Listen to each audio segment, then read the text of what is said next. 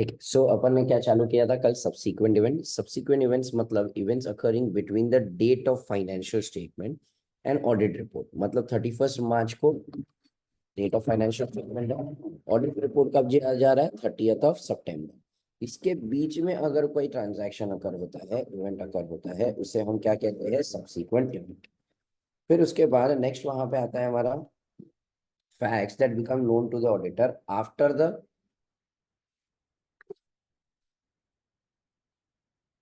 The date of the auditors report. उसे हम क्या कहते हैं? Subsequent event. अब जो इवेंट अकर हुई 31 मार्च से लेके किसके बीच में? ऑडिट रिपोर्ट के बीच में। तो उसके लिए मैं क्या ढूंढना चाहता हूँ? सबूत। तो मैं सबूत कैसे ढूंढूंगा? सब सिंपल तरीके से मैं क्या करूंगा? Inquire IMP. क्या करूंगा मैं? Inquire IMP. तो मैं क्या इंक्वायरी करूंगा? सबसे पहले किससे इंक्वायरी करूंगा? मैनेजमेंट से, दोष गवर्नेंस से, कि ऐसा कोई सब्सिक्वेंट इवेंट आया है क्या which might affect the financial statement. क्यों ऐसा वर्ड यूज किया गया है, विच माइट अफेक्ट? बिकॉज मेरे को सिर्फ किससे लेना देना है? एडजस्टिंग इवेंट से। फिर उसके बाद आई से मैं क्या पढ़ूंगा? Latest interim financial statement. Now what do you mean bye interim financial statement? जो मेरा ये साल का रिपोर्ट दे रहा हूं मैं, बट लेकिन अगले साल के रिपोर्ट देने के पहले नेक्स्ट ईयर के फाइनेंशियल स्टेटमेंट क्या हो जाएंगे? 1 क्वार्टर 2 क्वार्टर के रेडी। उसे हम क्या कह देते हैं? Interim financial statement. फिर उसके बाद नेक्स्ट वहां पे हमारा क्या आता है? मिनट्स पढ़ सकता हूँ। जो मीटिंग हो चुकी है उसकी मैं क्या पढ़ लूंगा? मिनट्स। पर अगर कोई ऐसी मीटिंग है जो हो चुकी है बट लेकिन उसके मिनट्स अब तक अवेलेबल नहीं है, कुछ मिनट्स तो रातों रात नहीं बनने वाले, उसके बारे में मैं उनके साथ क्या कर लूंगा? डिस्कस, कि बताओ इस मीटिंग में तुमने चर्चा क्या की थी। फिर उसके बाद नेक्स्ट वहां पे हमारा क्या आता है? ठीक है, तो वहां पे प्रोसीजर मैनेजमेंट बनाएगा। कुछ सब्सिक्वेंट इवेंट ढूंढने का काम मेरा नहीं है, सब्सिक्वेंट इवेंट ढूंढने का काम है किसका? मैनेजमेंट। तो उन्होंने कोई ना कोई प्रोसीजर बनाया रहेगा to identify a subsequent event. तो मैं देखूंगा उनका प्रोसीजर एडिक्वेट है कि नहीं। अगर मेरे को लगा उनका प्रोसीजर एडिक्वेट है तो मेरी एनटी क्या हो जाएगी? कम। बट अगर उनका प्रोसीजर एडिक्वेट नहीं है तो मेरी एनटी क्या हो जाएगी? ज्यादा। फिर उसके बाद नेक्स्ट हम लोग ने आगे पढ़ा कि भाई हम क्या इंक्वायरी करेंगे। See this is extension of this point only. Inquire the management and do share with governance. क्या इंक्वायर करेंगे हम? क्या पूछेंगे? CSN, CA cat. सबसे पहले सी से हम लोग क्या बोलेंगे कि क्या कोई नए कमिटमेंट्स एंटर किए हुए हैं, क्या हम सेल करने वाले हैं या एक्विजिशन करने वाले हैं कोई नए असेट्स का। फिर कोई कैपिटल, नया कैपिटल रेज करने वाले हैं। फिर कोई अनयूजुअल अकाउंटिंग एडजस्टमेंट्स हम कर रहे हैं। क्या जो पुरानी कंटिजेंसीज है वो पुरानी कंटिजेंसी में कोई डेवलपमेंट है कि डेवलपमेंट नहीं है। फिर जो अकाउंटिंग पॉलिसीज है क्या अभी भी अप्रोप्रिएट है, कि ऐसा कोई गोइंग कंसर्न के इम्पैक्ट करने वाला इवेंट हुआ है जिसकी वजह से एक क्वेश्चन आ जाए। फिर रिकवरेबिलिटी ऑफ असेट्स क्या है, कुछ रिकवरेबिलिटी नहीं होगी तो प्रोविजन क्रिएट करनी पड़ेगी। क्या ऐसा कोई इवेंट हुआ है जिसकी वजह से एस्टिमेट्स के ऊपर इम्पैक्ट आ जाए? याद करो हम लोग ने ईवी कार्स खरीदी थी। हमने पहले सोचा था 10 साल चलेगी, बट हमारी सारी कार्स 6 साल के बाद बिगड़ रही है, तो एस्टिमेट को क्या करना पड़ेगा? चेंज। फिर एक बहुत इंपॉर्टेंट पॉइंट आया,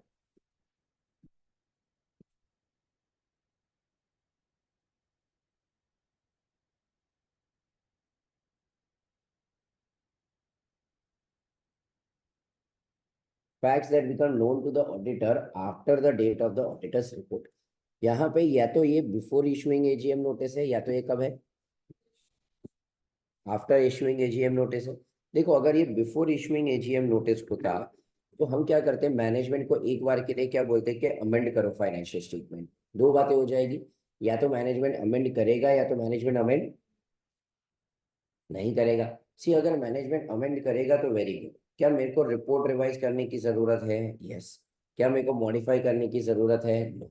क्या मेरे को एम्फोसिस देने की जरूरत है? हाँ। क्या मेरे को अदर मैटर पैराग्राफ देने की जरूरत है? बट अगर मैनेजमेंट रिफ्यूज करता है, क्या मैं रिपोर्ट रिवाइज करूंगा? यस। इस बार मेरे को क्या करना पड़ेगा? Modify, because everything is not true and fair. क्या मेरे को एम्फोसिस देने की जरूरत है? नहीं। क्या अदर मैटर की जरूरत है? यस, प्लस रिपोर्ट तो रिवाइज हुआ। अगर ये पता चला आफ्टर इशूइंग एजीएम नोटिस, तो मेरा पहला प्रायोरिटी तो होगा कि मैं अमेंड करूं, बट हर बार अमेंड करना पॉसिबल होने वाला नहीं है। तो मैं वहां पे क्या करूंगा? I will take appropriate action. ये अप्रोप्रिएट एक्शन भी मेरे को कब लेना है? अगर मैनेजमेंट सबको नहीं बता रहा है, अगर ऐसा सब्सिक्वेंट इवेंट आया मैनेजमेंट बता रहा है तो कुछ करने की जरूरत नहीं। अच्छा, अप्रोप्रिएट एक्शन में मेरे पास क्या क्या ऑप्शन होगा? एजीएम नहीं हुई है तो एजीएम में आके सबको बता सकता हूँ। एजीएम हो चुकी है तो मैं एक पब्लिक नोटिस दे दूंगा, या तो अगर मैं नेक्स्ट ईयर का ऑडिटर हूँ तो अगले साल की रिपोर्ट में लिखूंगा। अब यही वाला जो पॉइंट है, facts which you can note to the auditor before issuing AGM notice, उसको यहाँ पे क्वेश्चन नंबर 3 में इलैबोरेट किया हुआ। Facts which you known to the auditor after the date of the auditors report but before the financial statement are issued. मतलब ये कौन सा केस है जहाँ पे एजीएम नोटिस गया नहीं है। पहले हम एक इंट्रोडक्शन लिखते हैं कि एज सच तो हमारी कोई जिम्मेदारी नहीं है, बिकॉज हमने हमारा रिपोर्ट दे दिया है। बट अगर एक फैक्ट पता चले जो हमको पता होता on the date of auditors report, तो हमारा रिपोर्ट कुछ और होता। तो हम वहां पे क्या करेंगे, दिया करेंगे। बी से हम क्या करेंगे, एंड वेयर अप्रोप्रिएट जो शायद कहेंगे। आई से हम क्या करेंगे, इंक्वायर करेंगे। फिर उसके बाद नेक्स्ट हम क्या करेंगे, देखेंगे अमेंडमेंट करने की जरूरत है कि अमेंडमेंट करने की जरूरत नहीं है। पहला वाला केस, अगर मैनेजमेंट अमेंडमेंट करता है तो I will have to extend my audit procedures. See what do you mean by extend the audit procedures? जो अब नया सब्सिक्वेंट इवेंट आया उसके ऊपर भी प्रोसीजर लगानी पड़ेगी। अब मेरे को नया रिपोर्ट देना पड़ेगा, बट याद करो नया report should not be earlier than the date of approval of the amended financial statement. याद करो हमने एक एग्जांपल लिया था, फाइनेंशियल स्टेटमेंट बनता है, फिर उसे अप्रूव किया जाता है एक बोर्ड रेजोल्यूशन पास करके, फिर ऑडिट रिपोर्ट आया, फिर सब्सिक्वेंट इवेंट आया, फिर हमने अमेंड किया।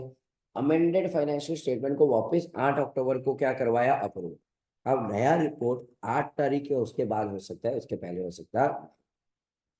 अब लॉ एंड रेगुलेशन मना नहीं करता और मैनेजमेंट ने फाइनेंशियल स्टेटमेंट को अमेंड किया, तो ऑडिटर को भी अपने रिपोर्ट को क्या करना पड़ेगा, अमेंड। क्योंकि मेरे को अब तक कौन से डेट तक की चीजें कवर करनी पड़ेगी, सब्सीक्वेंट इवेंट। तो अगर subsequent event for example letter से 5 अक्टूबर को हुआ, तो मैं 5 अक्टूबर तक की चीजें कवर करेगा।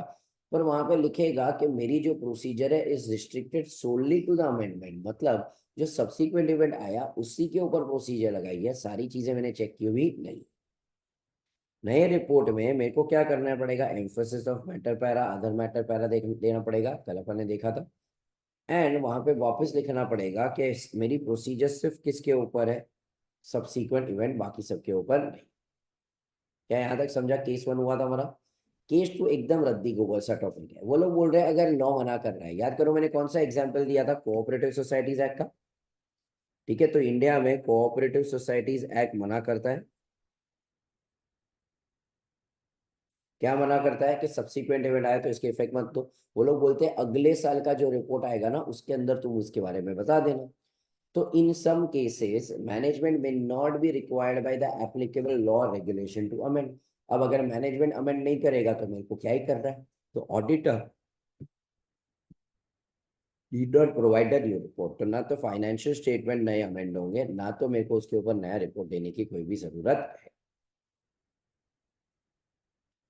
थर्ड केस, पहला केस क्या था, अमेंडमेंट की जरूरत है, मैनेजमेंट ने अमेंड कर दिया।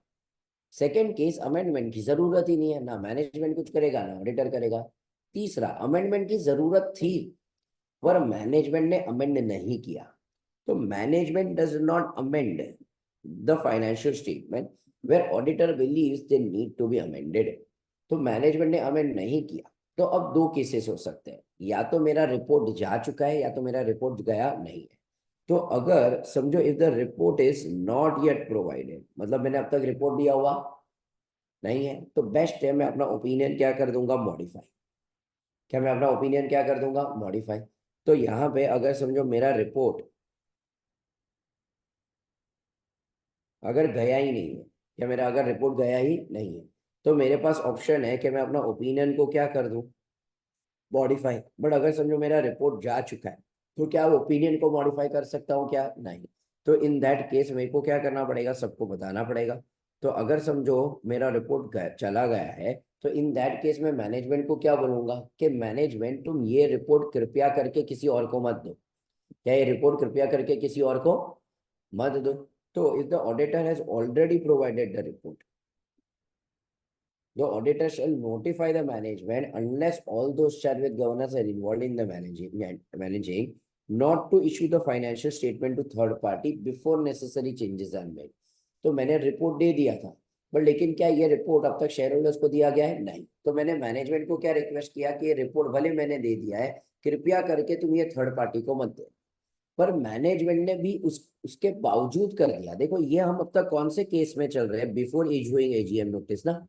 मतलब ये कौन सा वाला केस है, अब तक फाइनेंशियल स्टेटमेंट किसको नहीं दिए गए, शेयर होल्डर्स को। ये सिर्फ किसके बीच में, याद है कल अपन ने लिया था कि ये सिर्फ किसके बीच में, मैनेजमेंट के बीच में है और ऑडिटर के बीच में है।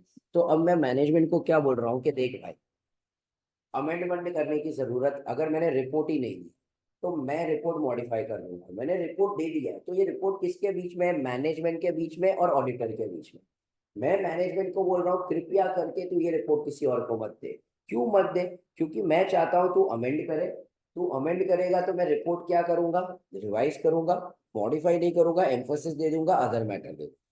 मैंने मैनेजमेंट को मना किया ये रिपोर्ट किसी और को मत, उसके बावजूद मैनेजमेंट ने क्या किया, जानबूझ के ये रिपोर्ट बाकी सबको दे दिया, जस्ट सो दैट मैं अपना रिपोर्ट रिवाइज ना कर पाऊँ। तो मैनेजमेंट ने मेरे बताने के बावजूद ये सारे थर्ड पार्टी को दे दिया। तो now I will have to take appropriate action. क्या है, now I will to take what, appropriate action. हम ऑलरेडी ऊपर पढ़ चुके हैं, मेरे पास क्या ऑप्शन है अप्रोप्रिएट एक्शन के, क्या कर सकता हूं मैं, पब्लिक नोटिस दे सकता हूं मैं, वेरी गुड। और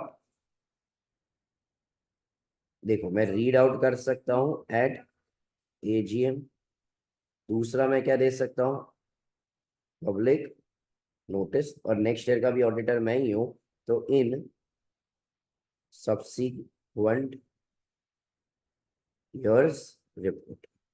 ठीक है, तो उसके अंदर हम वापस ये चीज डाल के रख सकते हैं। ठीक है, सो ये हमारा क्या हो गया, what will be the appropriate action. क्या ये समझा है सबको?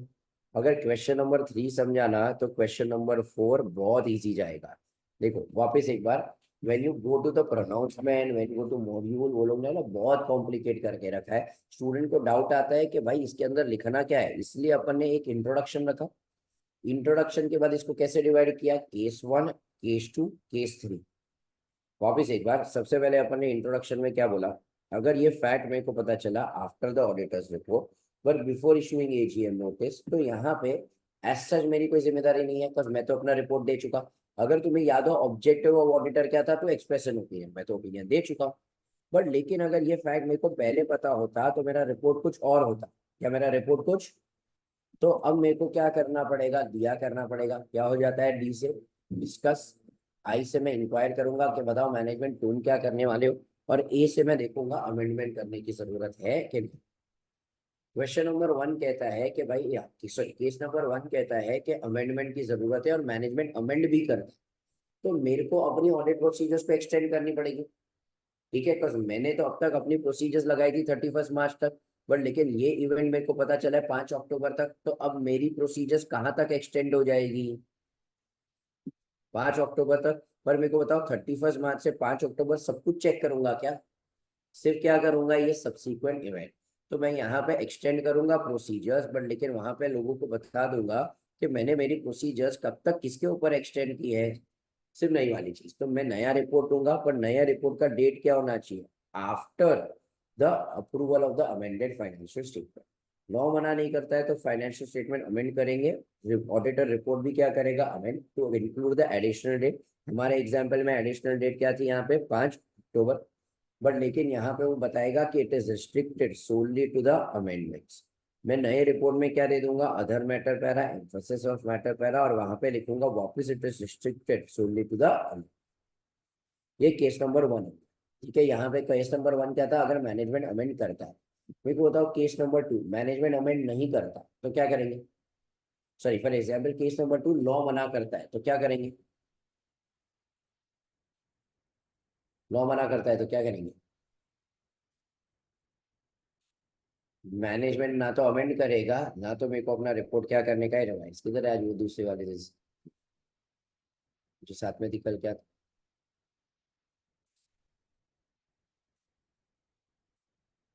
ठीक है, तो यहाँ पे केस नंबर 2 क्या कह रहा है कि भाई यहाँ पे इन दिस पर्टिकुलर केस, अगर लॉ मना करता है अमेंड करने को, तो ना तो मैनेजमेंट अमेंड करेगा, ना तो मैं अपना रिपोर्ट क्या करने वाला हूँ, रिवाइज।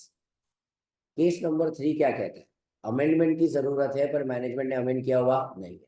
अब इसके अंदर वापस 2 केस हो जाएंगे।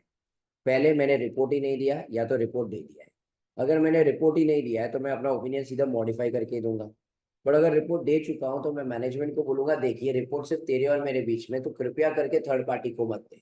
बट फिर भी मैनेजमेंट ने मेरी पीठ पीछे थर्ड पार्टी को दे दिया, तो अब मेरे को क्या लेने पड़ेंगे, अप्रोप्रिएट एक्शन।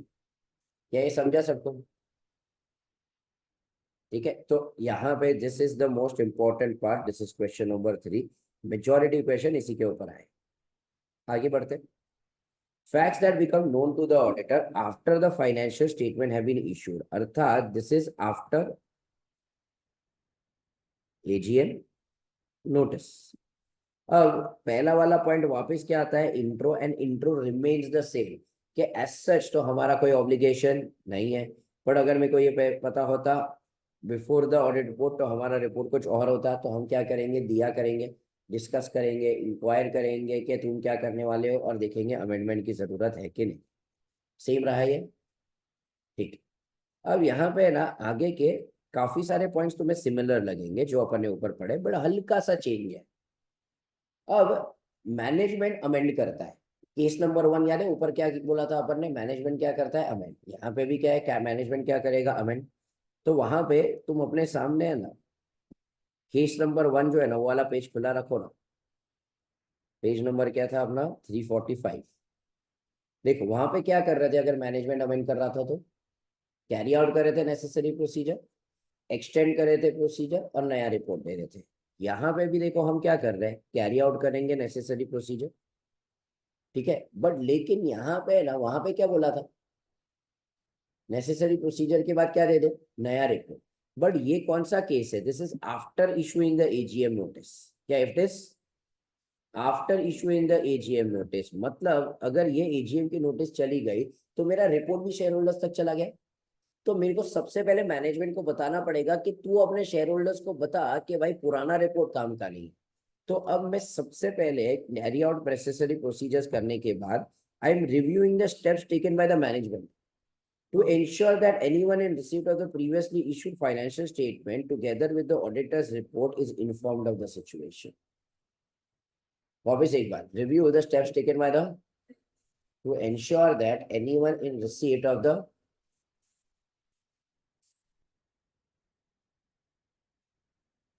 क्या समझा पब्लिक को ये? तो पहला वाला पॉइंट क्या बोला, कैरी आउट क्या करो। Second, review the steps taken by the to ensure that anyone in receipt of the,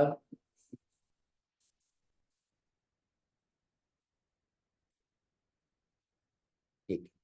फिर उसके बाद मेरे को वापस क्या करना पड़ेगा, extend the audit procedures to the date of the new report, and नया report should not be earlier than the date of approval of the amended financial statement. ठीक है, तो ये पॉइंट क्या रहा, सेम।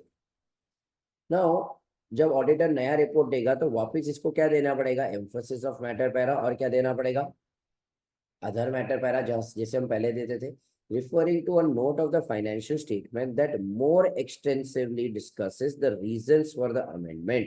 ठीक है, तो वहां पे हमें बताना पड़ेगा हमें क्यों ये अमेंडमेंट। अगर मैनेजमेंट ये नेसेसरी स्टेप्स नहीं लेता है, तो याद करो अपन ने ऊपर चार्ट में ही पढ़ा था कि अगर मैनेजमेंट ये नहीं करेगा तो अब किसको एक्शन लेना पड़ेगा, हमको। हमारे पास क्या क्या ऑप्शन है, एजीएम में बोल सकते हैं, पब्लिक नोटिस दे सकते हैं, या तो क्या कर सकते हैं, वहां पे सब्सिक्वेंट के रेस के रिपोर्ट में लिख सकते हैं। तो if the management does not take the necessary step to ensure anyone in receipt of previously issued financial statement is informed of the situation and does not amend the financial statement in circumstances where auditor believes they need to be, the auditor क्या करेगा, notify the management and TCWG. If despite of such notification management or TCWG do not take, auditor को क्या ले लेना पड़ेगा, appropriate action. ठीक है, सो यहाँ पे कंपेरेटिवली देखोगे ना, ये वाला जो क्वेश्चन नंबर 4 है, इसके ऊपर ज्यादा सवाल नहीं आए हुए हैं, बिकॉज यहाँ पे ना ऑडिटर के हाथ में ज्यादा कुछ बचा नहीं है। यहाँ पे हमारे पास क्या बचा है, मैनेजमेंट को बोले लोगों को मत बताओ, एक्सटेंड करो प्रोसीजर्स, और वहां पे शायद मैनेजमेंट कुछ नहीं करेगा, तो we'll have to take appropriate actions. तो ज्यादा करके क्वेश्चंस ऊपर वाले टॉपिक के ऊपर बने। तो with this we are done with what, ठीक है। याद करवाना, इसका तुम्हें वीडियो लेना है, पर आज वो 5:30 का भी तुम्हारा रहेगा ना, तो आज पूरे दिन में एक बार जहाँ टाइम मिलेगा 5:30 का, तेरे पास सारे वीडियोज है ना।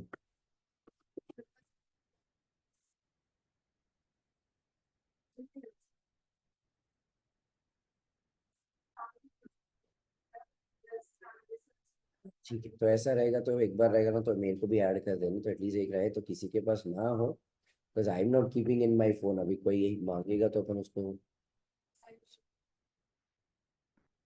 ठीक है। सो ये अपना क्या हो गया, सब्सिक्वेंट इवेंट। अब क्वेश्चन बैंक थोड़ा बहुत इंटरेस्टिंग है, नॉट डिफिकल्ट बट इंटरेस्टिंग। सबसे पहले बेसिक सवाल, this question is a frequently asked question of CA final. मतलब ऐसा समझो कि 3 से 4 बार पूछा रहेगा। कोई बोलेगा 4 बार पूछने में क्वेश्चन फ्रीक्वेंटली आस्क हो जाएगा। देखो, आईसीआई के पास 33 स्टैंडर्ड्स है। आईसीआई सिर्फ स्टैंडर्ड्स का वेटेज अप्रोक्सीमेटली कितना रखता है, 30 मार्क्स के आसपास। मतलब टोटल उनको कितने सवाल पूछने, 6। एक स्टैंडर्ड के अंदर कम से कम 10 सवाल है। They have a question bank of at least 300 plus questions. अगर उनको 6 क्वेश्चंस पूछने हैं हर अटेम्प्ट में, ठीक है, अगर मैं ऐसा समझू, चलो विद ऑप्शन 10 क्वेश्चन भी पूछने हैं, तो 300 प्लस क्वेश्चंस का वो लोग के पास क्वेश्चन बैंक है। और 10 क्वेश्चन पूछने हैं तो 30 अटेम्प्ट तक अगर वो लोग नए नए सवाल पूछे तो भी क्वेश्चन रिपीट नहीं होने वाला है। उसके बावजूद अगर क्वेश्चन रिपीट हो रहा है 3 से 4 बार, मतलब ये क्वेश्चन क्या हो गया, फ्रीक्वेंटली आस्क्ड। तो वहां पे क्वेश्चन नंबर 1 के बाजू में क्या लिख दो, FAQ। अब क्वेश्चन क्या बोल रहा है, LMP associates chartered accountant while conducting the audit of PQR want to conduct an inquiry of management and those shared with governance as to whether subsequent event have occurred which might affect the guide LMP associate with matters where specific inquiry may be conducted। बताओ क्या क्या inquiry कर सकते हैं, याद है CS and CA कह रहे हैं, तो यहाँ पे CS एंड CA के, ठीक है। चलो एक बार रिवाइज कर लेते हैं, क्या था CS एंड CA के। सबसे पहले C से क्या कोई नए कमिटमेंट्स लिए, फिर S से क्या बोला था वहां पे, क्या कोई सेल या एक्विजिशन ऑफ असेट होने वाला है। C से क्या कोई कैपिटल रेज करने वाले हैं, क्या अकाउंटिंग एडजस्टमेंट्स है। फिर बाद में वापस C से कंटिजेंसी में डेवलपमेंट क्या है। फिर A से appropriateness of the accounting policies. R से रिकवरेबिलिटी के ऊपर क्या इम्पैक्ट है। और E से क्या ऐसा कुछ हुआ है जिसकी वजह से एस्टिमेट्स के ऊपर impact. Next question number 2, briefly explain the audit procedures. Briefly describe the auditor's responsibility regarding subsequent event. Honestly speaking, though question may sound very simple to you, मेरे हिसाब से this is one of the difficult question. क्यों, जब से इतना आएगा ना, exactly exam में ये कंफ्यूजन होएगा कि हम इसके अंदर का कंटेंट क्या लिखे, कुछ पूरा स्टैंडर्ड ही क्या है, सब्सिक्वेंट। पर आईसीआई ने क्या किया है, याद है, 2 पार्ट थे, फैक्ट्स बिकम नोन। पहला क्या था, event between date of financial statement and date of auditors, and fact that become known to the auditor after. यहाँ पे वो लोगों ने सिर्फ पहला वाला पार्ट लिखा है, इंक्वायर IMP वाला।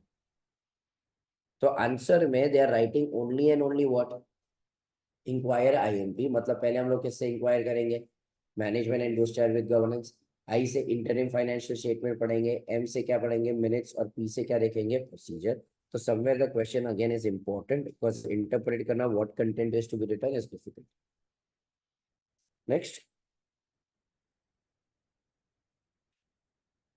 PQR, which is in the business of supplying food products to various airline companies operating in aircrafts in domestic circle only. As per the terms of agreement, the company needs to stock various non-perishable food items for the coming 1 month. मतलब जैसे अपन aircraft में जाते हैं तो कैसे वो noodles या for example chips और सबको दिया जाता है, वो comparatively are non perishable.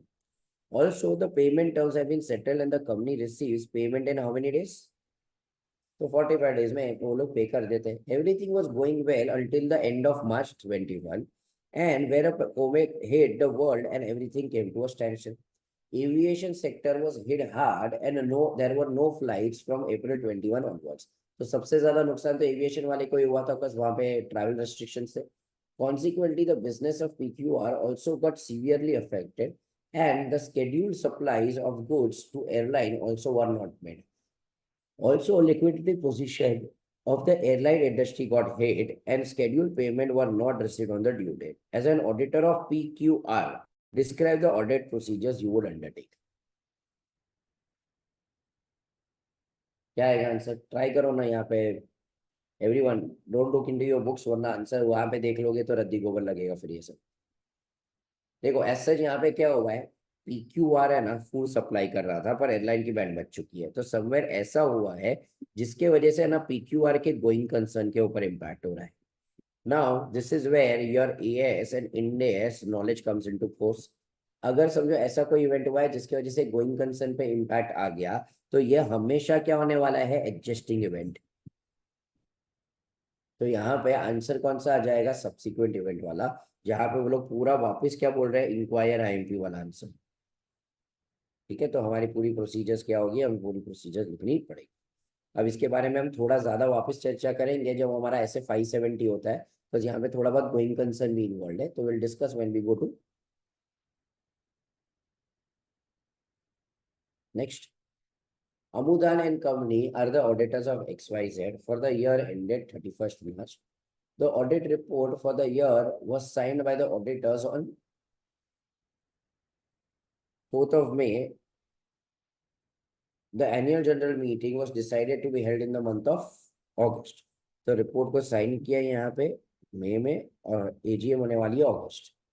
On 6th of May, the company received a communication from central government of amount of rupees 58 crores pending on account of incentives pertaining to the financial year 18-19 and had been approved, and the amount to be paid to the company before the end of May 2019।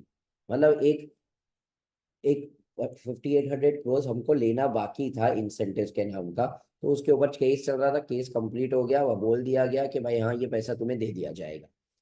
To a query of the chief financial officer of the company, it was found that this amount has not been recognized in the audited financial statement in the view of the same not being realized before the close of the financial year and due to uncertainty of the receipt। देखो year 31 March को खत्म होता है, हमें पता चला ये कब मिलेगा, 6 मई को ये हम लोग को पता चला कि भाई हाँ ये पैसा हमें मिलने वाला है। इसको बुक्स में रिकॉर्ड ही नहीं किया एज अ इनकम, 5800 को रिकॉग्नाइज नहीं किया। क्यों ये बोल रहे हैं, ये तो हमें कब पता चला, 31 मार्च के बाद। ठीक है, on 8 the board amended the now having received, point miss हो गया बीच में। Now having received the amount, the board of directors wish to include this amount in the financial statement for the year ended 31st of March. On 8th of May, the board amended, approved the same, and requested the auditor to consider this event and issue a fresh report for the year ended 31st March. Analyze the issue involved and give your views as to whether or not auditor would accede to the request of the board of director। मतलब क्या मेरे को board of director की request मानने की जरूरत है कि नहीं। सब ऑनलाइन वाले चैट बॉक्स के ऊपर कुछ तो डालो।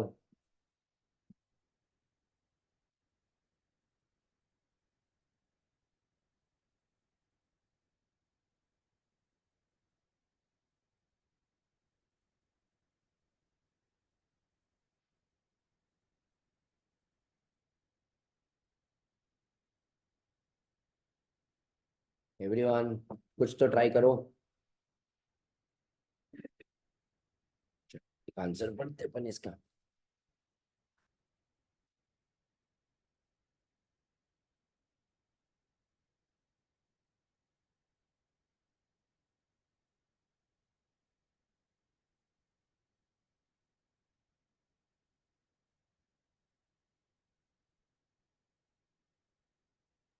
देखो क्वेश्चन में हुआ क्या, हमें पता चला, ये कब पता चला, मई में। पर लेकिन conditions were existing on the balance sheet date. कैसे बहस सकते हो, बिकॉज देखिए ये लोग ने क्या बोला, incentives pertaining to the financial year 18-19, मतलब तब से ये केस चल रहा था और अब जाके भाई हमें पता चला। तो कंडीशंस तो वर एग्जिस्टिंग, तो ये एग्जिस्टिंग इवेंट है, तो हमें क्या करना चाहिए, रिकॉर्ड तो करना चाहिए। मैनेजमेंट ने अमेंड भी किया, इसलिए ऑडिटर ने अपना रिपोर्ट भी क्या कर लिया, रिवाइज। तो अब ये पूरा आंसर लिखना कैसे, facts that become known to the auditor after the date of auditors report but before the financial statement are issue. मतलब ये कौन सा केस हो गया, बिफोर AGM। याद करो सबसे पहले हम लोग क्या लिखते थे, इंट्रोडक्शन। इंट्रोडक्शन में हम क्या बोलते थे कि एज सच तो हमारी कोई जिम्मेदारी नहीं है, बट अगर हमें पता चला तो हम क्या करेंगे, याद करो, दिया करेंगे, इसे हम क्या करेंगे, डिस्कस, ऐसे क्या करेंगे, इंक्वायर, और पूछेंगे अमेंडमेंट की जरूरत है कि नहीं। फिर उसके बाद अगर मैनेजमेंट अमेंड करता है तो याद करो ये केस 1 हो गया। क्यों केस 1 होगा? बिकॉज यहाँ पे ये लोग ने खुद बोला हुआ है, मैनेजमेंट ने क्या कर दिया, इसको अमेंड कर दिया। The board amended the accounts, मतलब ये कौन सा केस है? केस 1। तो अगर मैनेजमेंट अमेंड करता है तो याद करो मेरे को क्या करना पड़ेगा, कैरी आउट द प्रोसीजर। दूसरा, मेरे को एक्सटेंड करना पड़ेगा अपने ऑडिट प्रोसीजर्स नए डेट तक कवर करने के लिए। But new report should not be dated earlier than the date of approval of the amended financial statement. ठीक है, ये पूरा पॉइंट आ गया। सेकेंड पैरे में केस स्पेसिफिक में जो लिखा हुआ है वो दे दिया। और लास्ट में बोला after applying the conditions given in 560 अमुदान and company can issue a new report subject to the date of the report which should not be earlier the date of approval of the amended financial statement. क्या समझा कैसे लिखना है? तो ये answer हम already पढ़ चुके हैं, सच अगर देखोगे तो केस 1 ही है। पर लेकिन मैंने सिर्फ आंसर यहाँ पे डाल के रखा है, so you get some hint of how are you suppose to attempt it in the exam. Question 5 आप ट्राई कर सकते हो। A company had not included in the balance sheet on 31st March a sum of 1.5 crores being amount in arrears of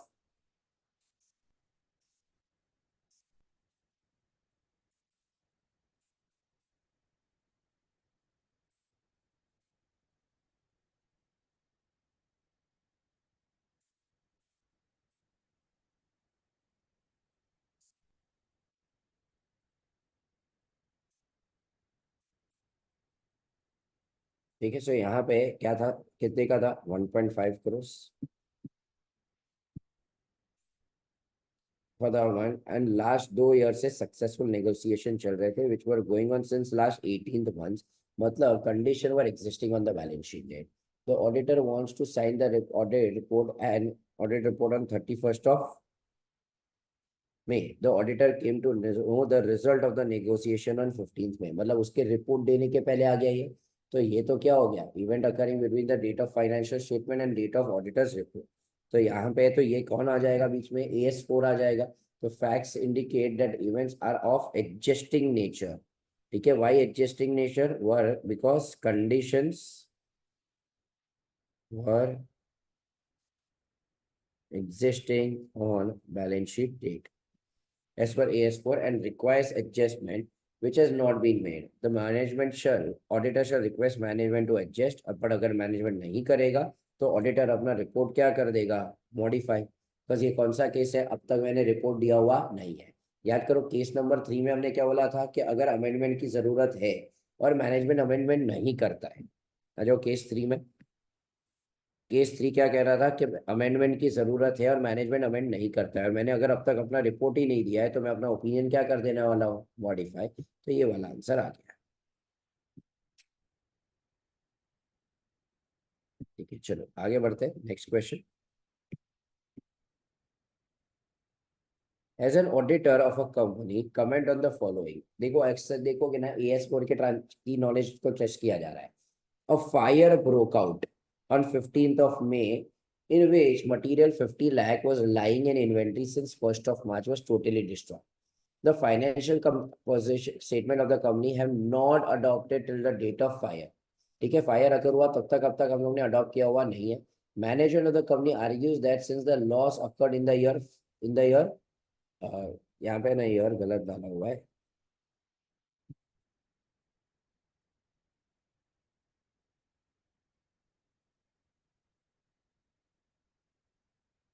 1920 no provision for the loss needs to be made in the year of 1890। क्या provision करने की जरूरत है या provision की जरूरत नहीं है? नहीं है ना, क्योंकि फायर है। मेरे को बताओ क्या ये एडजस्टिंग इवेंट होता है क्या? नहीं, नहीं होता है। होगा अगर गोइंग कंसर्न को इफेक्ट करता है। तो अगर गोइंग कंसर्न को इफेक्ट करता है तो एडजस्टिंग होगा। अब यहाँ पे अमाउंट कितना दिया है, 50 लाख। अपने को पता नहीं है ना कि 50 लाख की फायर की वजह से गोइंग कंसर्न पे इम्पैक्ट आएगा कि नहीं। तो हम यहाँ पे एक डिप्लोमेटिक आंसर लिख के आएंगे because they have not given us sufficient information. तो there will be no impact subject to the satisfaction that there is no violation of the, hence the third state management is correct। ठीक है, समझा यहाँ पे? तो I hope you all are understanding. इसलिए बोला कि क्वेश्चन बैंक है ना यहाँ पे इंटरेस्टिंग है, बिकॉज यहाँ पे एप्लीकेशन बेस्ड सवाल पूछे, केस स्टडीज बना बना के पूछ रहे कि अब तुम यहाँ पे क्या करो। Next, Move Fast Limited is engaged in manufacturing of shoes and slippers located in Badurgarh in Haryana. Due to unprecedented rains in the area in the month of September, many areas of the town got inundated due to the choking of the sewer systems. As a result of the above, the company's premises located in the town area was also affected, resulting in damage of stocks. तो वहां पे flood आने की वजह से insured वहां पे हमारा स्टॉक डैमेज हो गया. Company has lodged a claim with the insurance company for 1 crore and the same is shown in the claim receivable on 31st of March as the claim was not settled. तो company ने flood के लिए लिया रहेगा insurance, तो लोग ने डाल दिया और बोला भाई क्लेम रिसीवेबल है. The insurance surveyor appointed in the case submitted a report to the insurance company recommending a claim of 45 lakhs in the month of April. The company has also given the consent for the same and settled the amount of 45 lakhs was transferred to the bank on 15th May. मतलब यहाँ पे वो लोग ने तो बोला कि 1 करोड़ का क्लेम होगा, बट जबकि अप्रैल में पता चला 1 करोड़ नहीं, सब कितना मिलेगा 45 लाख, और 45 लाख रुपीस खाते में आ भी गया 15 मई को. You just finished the performing of substantive procedures of a company by the end of May. Is there a responsibility cast on you as an auditor in the above situation? तो ये above situation के लिए क्या हमें कुछ करने की जरूरत है कि नहीं? देखो करना पड़ेगा ना, क्योंकि कंपनी ने ये पूरा जो 1 करोड़ रुपया है ना, वो वहां पे क्लेम रिसीवेबल में बताया है, जबकि हमको आ कितना रहा है. तो क्या मैं पूरा असेट में बता सकता हूँ क्या 1 करोड़ रुपया? नहीं. तो in the given situation, evidence of the condition that existing on the balance sheet date, initially company had lodged a claim of 1 crore and same is reflected in the receivable. However, subsequent events occurring provided evidence that the claim was settled for settled amount has already been accepted by the company by providing its consent. Therefore, such events have provided fresh information about items included in the further performance of substantive procedure have been finished, implying that the report is not yet issued. मतलब हम लोग को बोला गया कि देखो मैंने substantive procedures कब खत्म किए, बाय एंड ऑफ मई, और मेरे को ये इवेंट कब पता चला 15 मई, मतलब मैंने अब तक अपना रिपोर्ट दिया होगा नहीं. Therefore, financial statement on 31st March should be adjusted to reflect the fresh information emanating from the described event. मतलब अब मैं रिसीवेबल 1 करोड़ पे नहीं बताऊंगा, मैं 45 लाख ही क्या करूंगा बताऊंगा, क्योंकि पूरा का पूरा अमाउंट हमको आने वाला नहीं. क्या समझ रहा है पब्लिक को ये? I hope everyone is understanding कि सिर्फ और सिर्फ कंटेंट पढ़ने से फायदा नहीं होने वाला है. अगर तुम क्वेश्चन बैंक को इज्जत नहीं दोगे तो राम राम सत्य है. ठीक है, तो ये सारे स्टैंडर्ड्स हम पढ़ रहे हैं. मैंने तुमको पूरा का पूरा डिटेल में क्या समझाया 560. आईसीएआई फाइनल सीए में तो एक्सपेक्ट ही नहीं कर रहा है कि हम तुमको समझाए. आईसीआई को चाहिए कि तुम क्वेश्चन बैंक ही करो, तुम सिर्फ एप्लीकेशन बेस करो. इसलिए वो लोग ने तो अपने मॉड्यूल के अंदर सिर्फ एक एक दो दो पेज के चार्ट में उड़ा दिया है chapter. Now, CA Anuj is the auditor of a listed company and he is in the midst of conducting an audit of the said company for the financial year ending 31st of March. A meeting of the board of directors were held on a dividend of 1 crore is proposed to the equity shareholders of rupees 10 per share, and such proposal has a good chance of being approved in the AGM. देखो propose ही कब किया इसको 17 अप्रैल को. ठीक है, अब वो बोल रहे हैं कि हाँ गुड चांस है कि ये प्रपोज जो किया है ना वो अप्रूव कर दिया जाए. This procedure are near completion. Is contemplating finalizing the report by July. Is there responsibility thrust upon him as of the company? मतलब मेरे को बताओ क्या इसके बारे में उसको अपने रिपोर्ट में कुछ डालने की जरूरत है कि नहीं? नहीं क्यों? तो यहाँ पे dividend has been proposed by the board of directors on 7th. It is example that condition arose after the reporting period. No liability exists for the company on the reporting date because there is no obligation to pay. The conditions were not existing only on the balance sheet date. Therefore, the above situation does not require recognition of the proposed dividend in financial statement. It is an example of events. It does not require adjustment. However, it should be disclosed in the notes to accounts.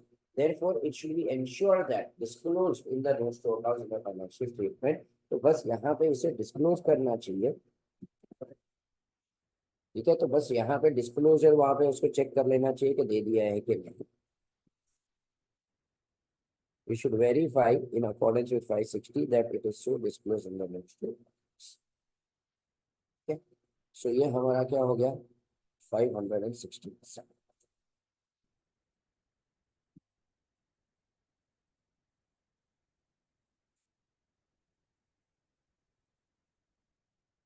हम करना तो बंद भी बंद भी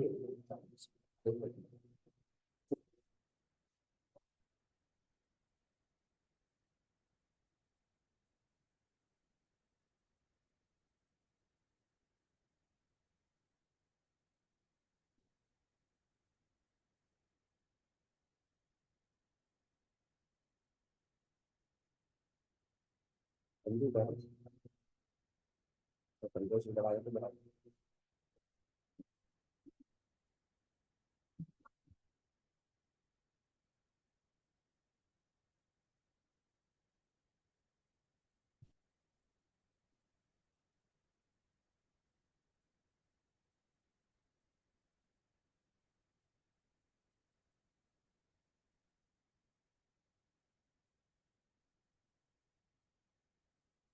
तो ये भाई तुम्हारा शायद भाई तुम्हारा जीएमसीएस कब तक आएगी. सेकंड मार्च आज कौन सा हुआ 20 सेकंड वही और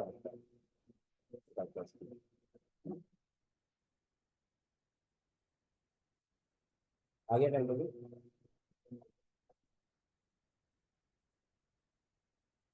तो तुम्हारे टाइम पे नहीं दिखा था ना इसमें.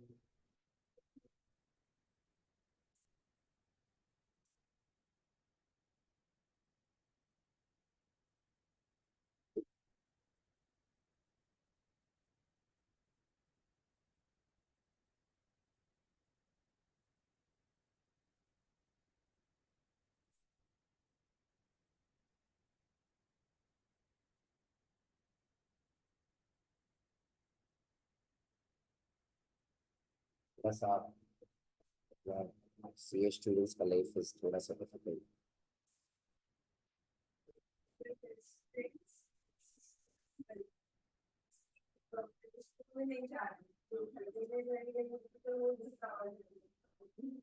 पर एक request to everyone who's from November 24, your efforts should be almost 2x. Everyone sitting online also. क्यों? क्योंकि तुमने अब तक सेल्फ पेज को टच नहीं किया. अचानक से तुम्हारे जिंदगी में सेल्फ पेज आएगा ना, तो तुम उसमें इतना इन्वॉल्व हो जाओगे ना, किसी कॉस्टिंग लॉ भले जो भी है इसका, लॉ में से भी एलओडीआर और सब कुछ भी है, तो तुम 2x पे डाल डाल के इतना उड़ा नहीं पाओगे. वो अचानक से ऐसा एक अनएक्सपेक्टेड इवेंट तुम्हारे लाइफ में आ जाएगा कि तब तुम्हें रिग्रेट होगा कि यार ये टाइम खा रहा है, मैं बाकी का कब करूँ. तो मेरा रिक्वेस्ट है, you have only 3 days lecture के एवरी डे लेक्चर. ठीक है, you start preparing day to day basis. मतलब ऑडिट भी हो रहा है तो ट्राई कि उसको 2-3 बार पढ़ो, रिवाइज करो. एफआर हो रहा है तो करो, थोड़ा सा ऑन टोज रहो. You expect somewhere in 1-1.5 months time you will get to know कि तुम्हारा सेल्फ पेज का क्या है. तो वो अचानक से है ना तुम्हारी जिंदगी में आके 1 महीना 1.5 महीना खा लेगा, बात लग जाएगी.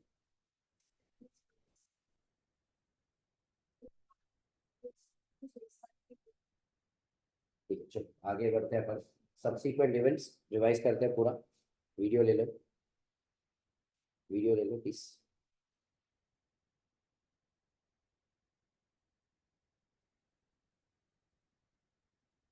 तेरे को इसमें लेना है तो मेरे फोन में लेना.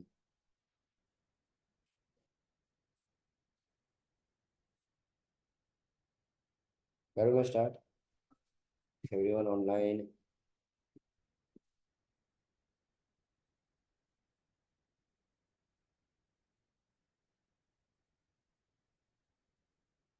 ये बैच में कितने लोग अंधेरी वाले हैं जो ऑनलाइन बैठे हैं? कौन अंधेरी वाला है?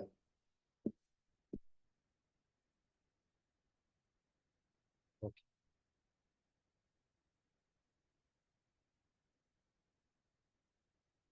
ठीक है, सो कमिंग बैक टू ऐसे 560, what is subsequent events? Events occurring between the date of financial statement and the date of auditors report. उसे हम कहते हैं सब्सीक्वेंट इवेंट. मतलब 31 मार्च से और 30 सितंबर के बीच में हुआ, या तो उसके बाद भी हुआ, उसे हम कहेंगे सब्सीक्वेंट इवेंट. अब events occurring between date of financial statement and date of auditors report के लिए मेरे को सबूत चाहिए। तो मैं करेगा इंक्वायर आईएमपी। सबसे पहले मैं इंक्वायरी करेगा मैनेजमेंट से और टीसीडब्ल्यूजी से, क्या ऐसा कोई सब्सिक्वेंट इवेंट आया है which might affect the financial statement. फिर बाद में मैं रीड करेगा लेटेस्ट इंटरिम फाइनेंशियल स्टेटमेंट। फिर मैं उनके मिनट्स पढ़ूंगा, पर ऐसी कोई मीटिंग है जिसके मिनट्स अब तक अवेलेबल नहीं है, मैं उनसे पूछताछ करूंगा कि बताओ तुमने क्या वहाँ पे डिस्कस किया था। अब ये सब्सिक्वेंट इवेंट ढूंढना मेरा काम नहीं है, मैनेजमेंट का काम है। तो वो लोग ने कोई प्रोसीजर बनाए रहेंगे। तो I am obtaining and understanding of the procedure management is established. अब मेरे को बोला क्या कहा था कि मैनेजमेंट से क्या करो, इंक्वायरी। पर इंक्वायरी में क्या करोगे, क्या पूछोगे, सी एस एन सी ए क्या। सबसे पहले सी से क्या पूछोगे, whether new commitments, borrowing or guarantees have been entered into. फिर whether sales or acquisition of assets have been occurred or planned. फिर बाद में whether there have been any increase in the capital. फिर क्या ऐसे कोई अकाउंटिंग एडजस्टमेंट्स किए गए, जो हमारी कंटिजेंसीज है उसमें डेवलपमेंट है क्या, जो अकाउंटिंग पॉलिसीज है क्या वो अप्रोप्रिएट है क्या, रिकवरेबिलिटी ऑफ असेट के ऊपर कुछ डाउट है, और ऐसा कुछ इवेंट हुआ है जिसकी वजह से सब एस्टिमेट्स के ऊपर इम्पैक्ट है। Now fact that become known to the auditor after the date of auditors report. तो देखो, या तो ये हम लोग ने कब किया है, बिफोर इशूइंग एजीएम नोटिस, या तो कब किया है, आफ्टर। अगर समझो ये after issuing AGM, before issuing AGM notice है, तो मैं मैनेजमेंट को बोलूंगा अमेंड करो। मैनेजमेंट या तो अमेंड करेगा या तो अमेंड नहीं करेगा। अमेंड करेगा तो क्या मेरे को रिपोर्ट रिवाइज करने की जरूरत है, हाँ। क्या मॉडिफाई करने की जरूरत है ना, तो सब कुछ सही है, अमेंड किया उन्होंने। मैं एम्फोसिस ऑफ मैटर पैरा दूंगा यूजर्स का ध्यान आकर्षित करने के लिए, और एक क्या दे दूंगा, अदर मैटर पैरा, क्योंकि मेरा रिपोर्ट क्या हुआ है। अगर मैनेजमेंट रिफ्यूज भी करेगा तो भाई इन दैट केस हम क्या करेंगे, रिपोर्ट रिवाइज करेंगे, मॉडिफाई करेंगे। एम्फोसिस ऑफ मैटर देने की जरूरत नहीं है, और हम लोग क्या दे देंगे, अदर मैटर। अब facts that become known to the auditor after the date of auditors report but before the financial statements are issue. तो हम बोलेंगे एज सच तो हमारे कोई ऑब्लिगेशन नहीं है।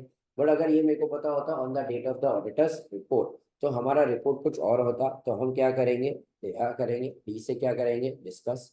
आई से हम क्या करेंगे, इंक्वायर। और ए से हम क्या करेंगे, अमेंडमेंट की जरूरत है कि।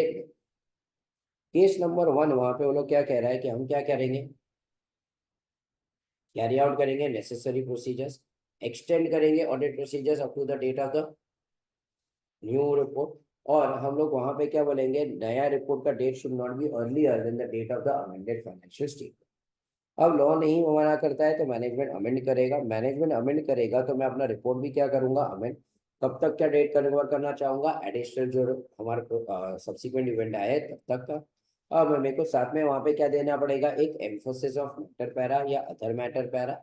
और मैं वहां पे लिख दूंगा कि my procedures are restricted only and only to what, subsequent events. फिर केस नंबर 2 क्या कहता है कि अगर मैनेजमेंट के ऊपर कोई लॉ ही नहीं है, लॉ मना कर रहा है कि तुम्हें अमेंड नहीं करना है, तो ना तो मैनेजमेंट अमेंड करेगा, ना तो मेरे को अपना रिपोर्ट रिवाइज करने की जरूरत है। केस नंबर 3, हमारे हिसाब से अमेंडमेंट की जरूरत है पर मैनेजमेंट ने नहीं किया। दो बातें हो जाएगी, या तो मैंने रिपोर्ट दे दिया है या तो नहीं दे दिया।